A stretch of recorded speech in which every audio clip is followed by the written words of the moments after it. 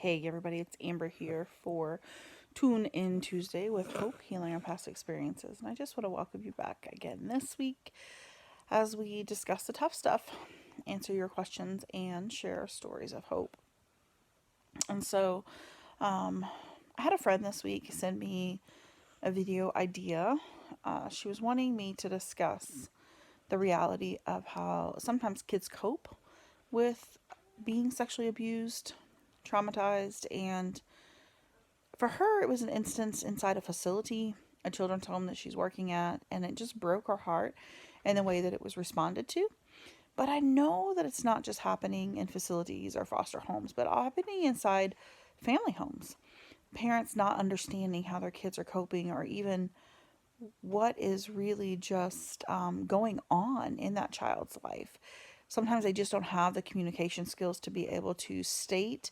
Sometimes they have no idea really what it ties back to. And the root of that, I know I've had kids who struggle a lot with anger and outbursts and all of these other things that really do tie back to that initial sexual trauma for them.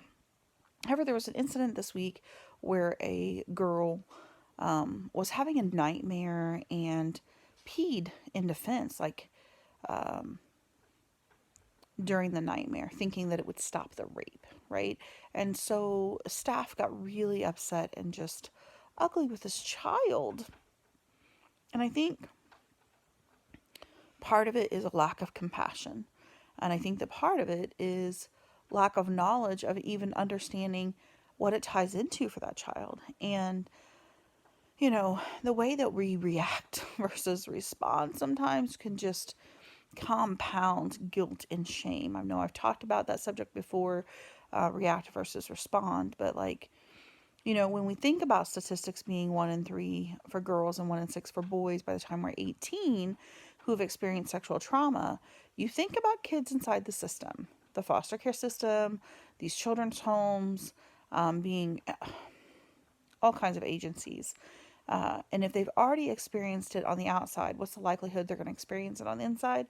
I know of kids just perpetrating kids, and sometimes it's foster parents. Like they're not everybody's 100%. I mean, I know some phenomenal foster parents, and I'm so thankful because they are rocking it out and they are healthy and they are helping these kids have the stability that they deserve in life and consistency that they deserve in life.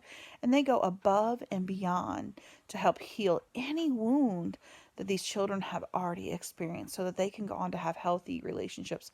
And I am so grateful for those people. But I also know that over the last 9 years as I've done this, that I've heard story after story of kids being taken advantage of by people who should have been protecting them in places that it should have never happened. And foster homes were some of those. Churches were some of those. Schools were some of those. Buses were some of those.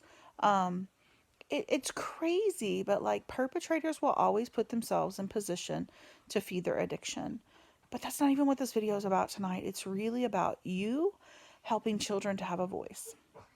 So whether it's your own child, or if you're a foster parent, or if you work at a facility, if you see a child who is struggling with life, coping with life, are you going to be part of the problem? Or are you going to be somebody who gives a voice to those who have really no voice? They're being unheard, and the hurt just continues over and over again through words and through actions. And so I just want to encourage you to be bold, to have those tough conversations, and to be a light in the places that the darkness wants to prevail, really, right? So I see you all again next week. I just appreciate you guys watching and taking a stand to be able to help heal our past experiences.